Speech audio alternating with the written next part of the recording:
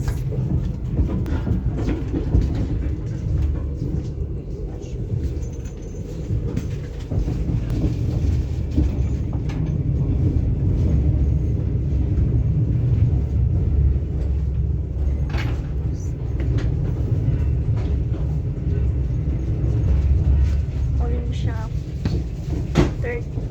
Third days na ako sa train. Ika 3 days.